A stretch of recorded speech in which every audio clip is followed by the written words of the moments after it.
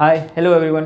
तो चलिए आज हम लोग 12th क्लास का जेनेटिक्स चैप्टर का एक छोटा सा टॉपिक है म्यूटेशन, उसको हम लोग डिस्कस करने वाले हैं। क्योंकि हर एग्जामों में 12th के जो बोर्ड एग्जाम्स होते हैं उसमें लगभग पूछ दिया देखा गया है कि पूछा जाता है कि म्यूटेशन यानी उत्परिवर्तन से आप क्या समझते हैं और जीव के विकास में इसकी क्या भूमिका होती है। तो चलिए आज हम लोग डिफाइन करते हैं सबसे पहले म्यूटेशन को कि म्यूटेशन होता क्या है। तो म्यूटेशन को समझिए कि उत्परिवर्तन होता क्या है। तो किसी भी जीव के आनुवांशिक बनावट में अचानक से कोई बड़ा चेंज आ जाना ही क्या कहलाता है, म्यूटेशन कहलाता है।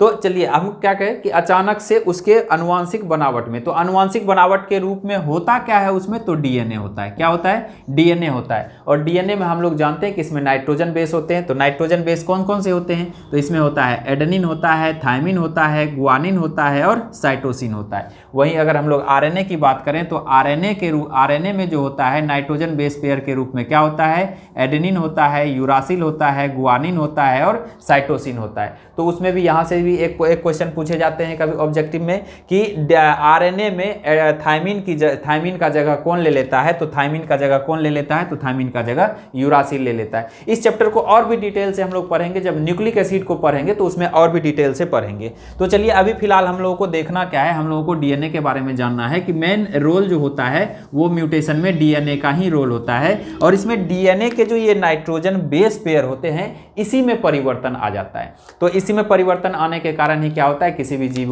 भी जीव में म्यूटेशन उत्पन्न होता है। तो अब देखते हैं म्यूटेशन की खोज जो है सर्वप्रथम किसने की थी। म्यूटेशन की खोज सर्वप्रथम ह्यूगो डेब्रिज नामक वैज्ञानिक ने किया था। किसने किया था? ह्यूगो डेब्रिज नामक वैज्ञानिक ने किया था। इसने जो है एक प्लांट में देखा, क्या प्लांट कौन सा था? आइनोथेरा। प्लांट क्या था? ओइनोथेरा लेमार्काइना नामक प्लांट था, जिसको इवनिंग प्राइमरोज के नाम से भी जानते हैं। इसी में सबसे पहले इन्होंने म्यूटेशन को देखा था और इन्होंने कहा क्या था कि किसी भी जीव में धीरे धीरे परिवर्तन आ जाने से जो होता है उसमें विकास नहीं होता है। जब भी विकास होता है एक समय आएगा कि किसी भी जीव के संतानों में क्या होता है कि अचानक से एक बड़ा परिवर्तन आ जाता है। उसके क्रोमोसोमल संरचना में क्या होता है, अचानक से कोई बड़ा परिवर्तन आता है और फिर उसमें विकास होता है। उस परिवर्तन के बाद उसमें विकास होता है, फिर जाति का निर्माण होता है, फिर उस जाति का विकास होता है और एक बड़ा वंश के रूप में वो सामने आता है। और कहते हैं कि हम लोग क्या किए, जीव में विकास हुआ, नए जीव का निर्माण हुआ और जीवों में विकास हुआ। तो जीव के विकास में इसकी एक अहम भूमिका होती है। तो चलिए अब आगे देखते हैं क्या कि म्यूटेशन, टाइप ऑफ म्यूटेशन की म्यूटेशन कितने तरह के होते हैं। तो म्यूटेशन जो होता है, म्यूटेशन बेसिकली 3 तरह के होते हैं। म्यूटेशन कितने तरह के होते हैं? 3 तरह के होते हैं। तो सबसे पहला हमारा टाइप क्या होता है? सबसे पहला होता है जीनोमिक म्यूटेशन। सबसे पहला जीनोमिक म्यूटेशन, पहला टाइप हमारा है जीनोमिक म्यूटेशन। दूसरा होता है क्रोमोसोमल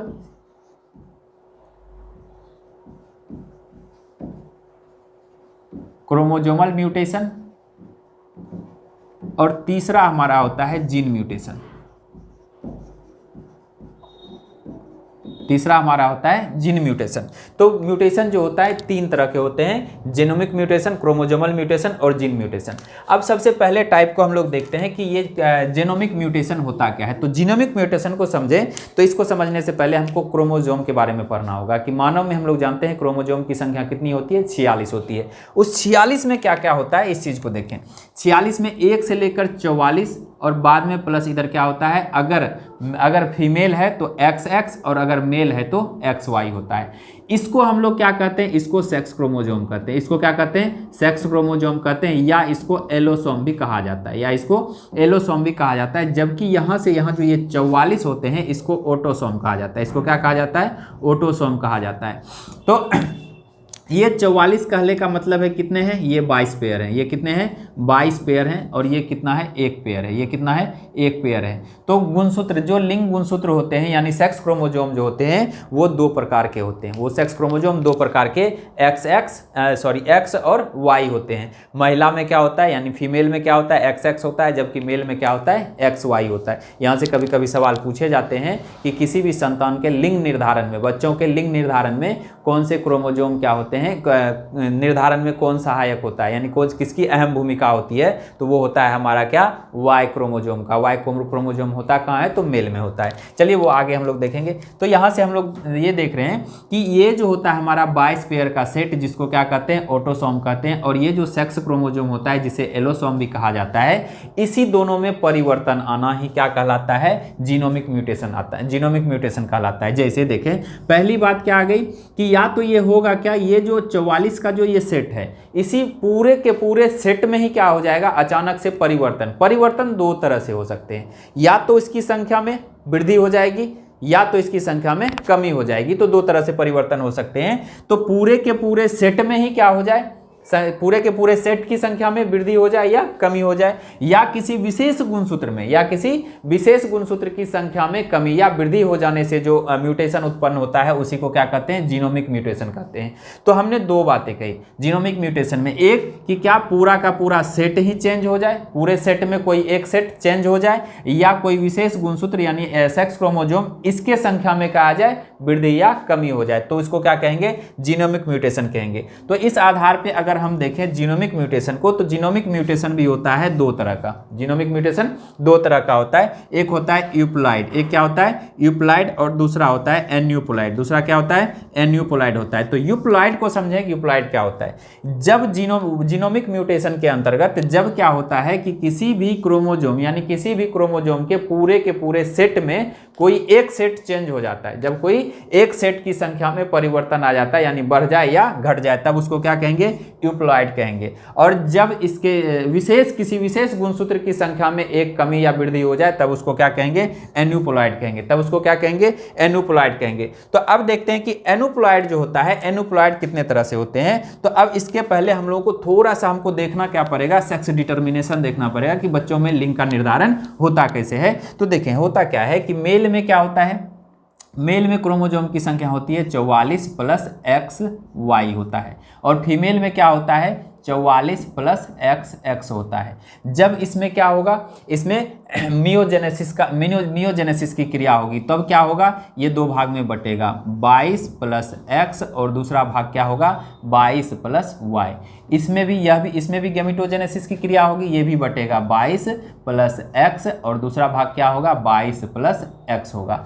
अब इसमें क्या होगा, क्रॉसिंग होगा। तो इसमें जैसे ही क्रॉसिंग होगा तो ये नॉर्मल स्थिति है। अब इसमें क्या होगा, क्रॉसिंग होगा। तो क्रॉसिंग होगा तो क्या होगा, 44 प्लस XX, और इसके साथ जब क्रॉसिंग होगा तो 44 प्लस XX, और उसी तरह से जब इसके साथ क्रॉसिंग होगा तो क्या होगा, 44 प्लस XY, और इसी तरह से जब यहाँ पर होगा तो क्या बनेगा, 44 प्लस XY बनेगा। तो ये हमारी क्या है, ये नॉर्मल स्थिति है। लेकिन जब इसमें म्यूटेशन आएगा, तो म्यूटेशन में हमने क्या कहा कि इसमें क्या होता है कि हम लोग देख किसको रहे हैं, एन्यूप्लॉइड को देख रहे हैं। तो एन्यूप्लॉइड में होता क्या है कि इसके किसी विशेष गुणसूत्र में क्या होता है, उसकी संख्या में कमी या वृद्धि हो जाती है। तो विशेष गुणसूत्र कहने का मतलब यहाँ किससे है, तो यहाँ पे सेक्स क्रोमोजोम यानी एलोसोम से है। तो इसमें परिवर्तन आ जाना। तो अब चलिए इसमें परिवर्तन किस तरह से आ सकते हैं, तो उसको देखते हैं। तो होता क्या है कि मियोसिस की क्रिया के दौरान इसमें होगा क्या कि ये जो इसमें बटना चाहिए फीमेल में कि X प्लस X में बटना चाहिए, ये इस तरह से ना बट के इसमें एक क्या होगा, सेक्स क्रोमोजोम बढ़ जाएगा, और इसमें एक क्या होगा, सेक्स क्रोमोजोम घट जाएगा। इसमें क्या होगा, एक सेक्स क्रोमोजोम घट जाएगा। अब जब हम इसको क्या करेंगे, क्रॉस कराएंगे, इसको क्या कराएंगे, क्रॉस कराएंगे, तो ये क्या बनेगा, 44 प्लस X और इधर 2X, तो कितना हो गया, 44 प्लस XX हो गया। पहला तो ये बन सकता है। दूसरा इसके साथ बनाएगा तो क्या होगा, 44 प्लस X, दूसरा क्या होगा, 44 प्लस X। इसके बाद इसके साथ जब हम लोग क्रॉसिंग कराएंगे तो क्या बनेगा, 44 प्लस XY बनेगा। और इसके साथ जब हम लोग करेंगे तो ये क्या बनेगा, 44 प्लस Y बनेगा। तो अब देखें तो ये 4 कंडीशंस हो सकते हैं। तो इसमें क्या हो गया, देखिए इसमें गुणसूत्र होना कितना चाहिए 46, लेकिन इसमें एक गुणसूत्र बढ़ गया और बढ़कर कितना हो गया 47 हो गया। अब इसमें देखिए गुणसूत्र होना कितना चाहिए 46, लेकिन एक घट गया और घटकर कितना हो गया 45। इसमें गुणसूत्र होना कितना चाहिए था, इसमें होना चाहिए था 46, लेकिन इसमें हुआ क्या, एक गुणसूत्र बढ़ गया और ये कितना हो गया 47 हो गया। ठीक है, तो इसमें देखिए इसमें लिंग गुणसूत्र एक बढ़ गया, इसमें एक घट गया और इसमें एक बढ़ गया। तो ये जो बढ़ता है, जो x x y x x और x होता है 44 प्लस x x x होता है, इसको हम लोग क्या कहते हैं, इसको कहते हैं डाउन सिंड्रोम। इसको क्या कहते हैं, डाउन सिंड्रोम कहते हैं। इसको डाउन सिंड्रोम कहते हैं। इसको हम लोग कहते हैं टर्नर सिंड्रोम।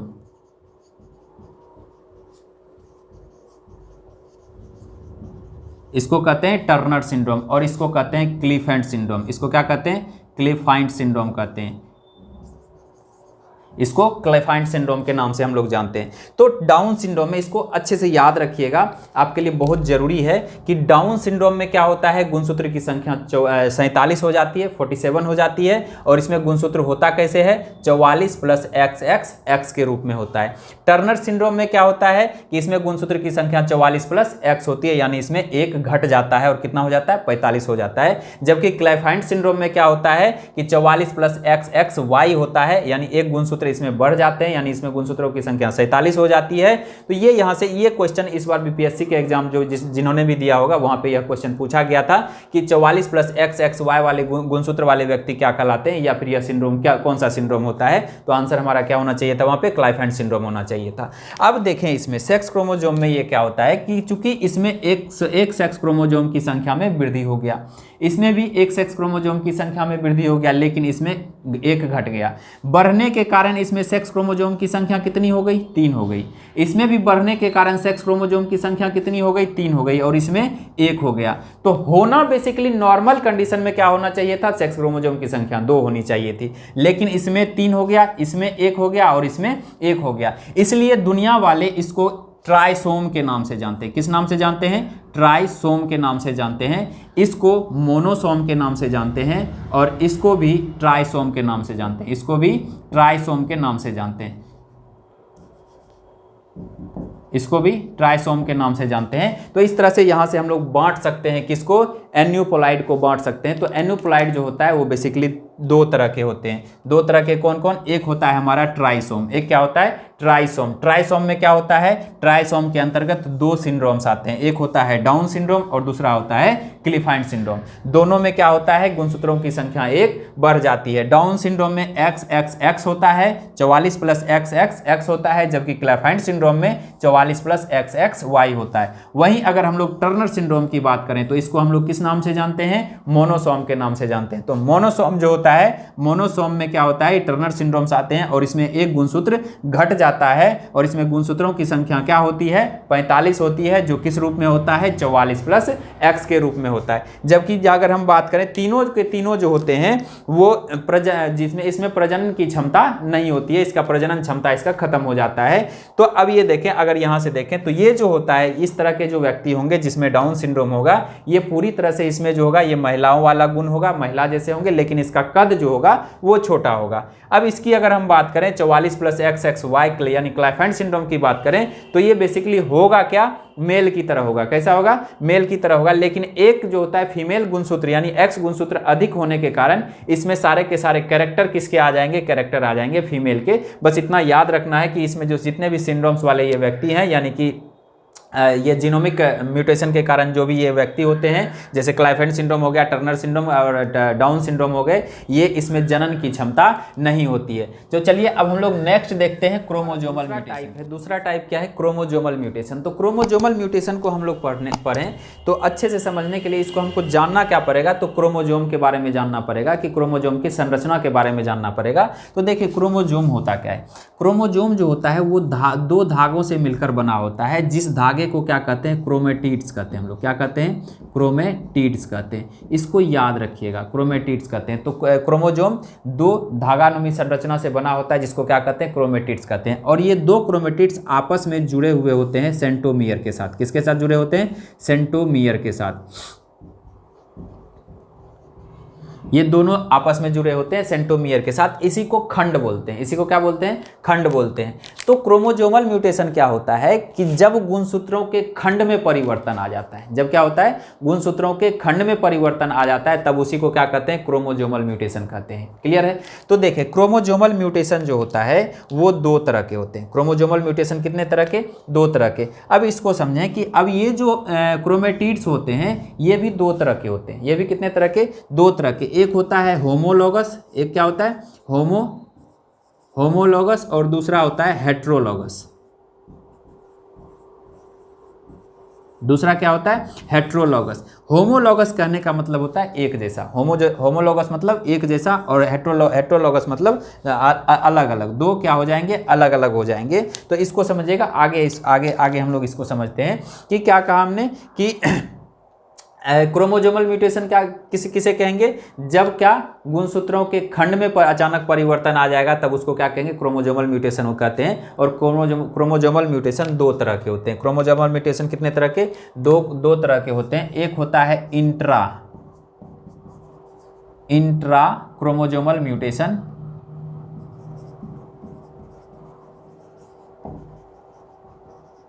क्रोमोसोमल म्यूटेशन, और दूसरा होता है हमारा इंटर क्रोमोसोमल म्यूटेशन। दूसरा क्या होता है? Inter chromosomal mutation. Intra chromosomal mutation को समझें। इंट्रा क्रोमोसोमल म्यूटेशन क्या होता है? जब किसी एक ही खंड में, गुणसूत्र के किसी एक ही खंड में क्या आएगा? परिवर्तन आएगा। किसी एक ही खंड में परिवर्तन आ जाएगा, तब उसको क्या कहेंगे? इंट्रा क्रोमोसोमल म्यूटेशन कहेंगे। तब उसे क्या कहेंगे हम लोग? Intra chromosomal mutation. और जब किसी दोनों खंड में क्या आ जाएंगे? परिवर्तन आ जाएगा, तब उसको क्या कहेंगे? इंटर क्रोमोसोमल म्यूटेशन कहेंगे। उसको हम लोग क्या कहेंगे? Inter chromosomal mutation.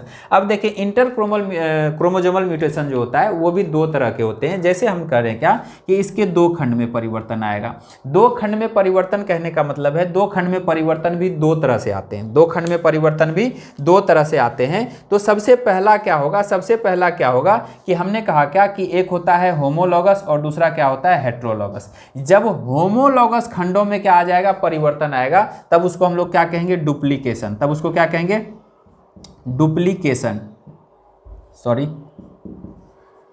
तब उसको हम लोग क्या कहेंगे? डुप्लीकेशन कहेंगे। और जब हेट्रोलॉगस खंडों में परिवर्तन आ जाएगा, तब उसको हम लोग कहेंगे ट्रांसलोकेशन। तब उसको क्या कहेंगे?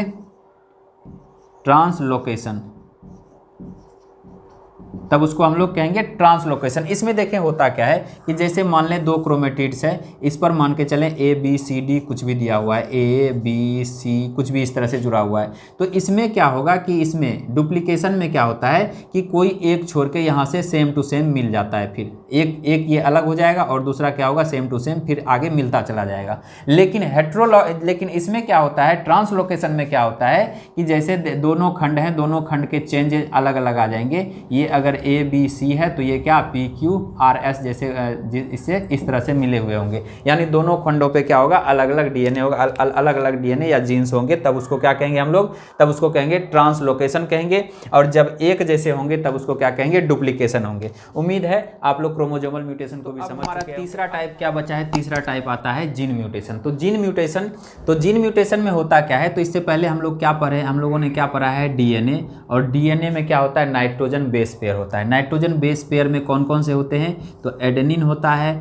थाइमिन होता है, गुआनिन होता है, और क्या होता है? साइटोसिन होता है। और क्या होता है? साइटोसिन होता है। तो इसमें क्या होगा कि जीन म्यूटेशन में क्या होगा कि इसके जो डीएनए के जो नाइट्रोजन बेस पेयर होंगे, या तो इसके प्रकार या तो इसके टाइप, जैसे एडेनिन, थाइमिन, गुआनिन, साइटोसिन, इसमें परिवर्तन आ जाएगा या इसके संख्या में परिवर्तन आ जाएगा। तो उसको हम लोग क्या कहेंगे? Gene mutation. तो इसको हम लोग डिफाइन कैसे करेंगे? तो डिफाइन हम लोग करेंगे जब डीएनए के नाइट्रोजन बेस पेयर के प्रकार या इसके संख्या में जब म्यूटेशन आ जाता है, तो ऐसे म्यूटेशन को क्या कहते हैं हम लोग? जीन म्यूटेशन कहते हैं। उम्मीद है आप लोगों ने ये इस म्यूटेशन को समझा होगा, बड़े अच्छे तरीके से समझ लिया होगा। और ये तीनों इसके टाइप्स हैं, जहां से आपको डिस्क्रिप्टिव में या कोशिश करूंगा कि कल तक जो इंपॉर्टेंट टॉपिक हैं कुछ, जिससे एग्जाम पूछने के बहुत ज़्यादा संभावनाएँ हैं, मैं उस टॉपिक को उस टॉपिक से एक दो वीडियो और बनाकर मैं कल तक डाल सकूँ और आप लोग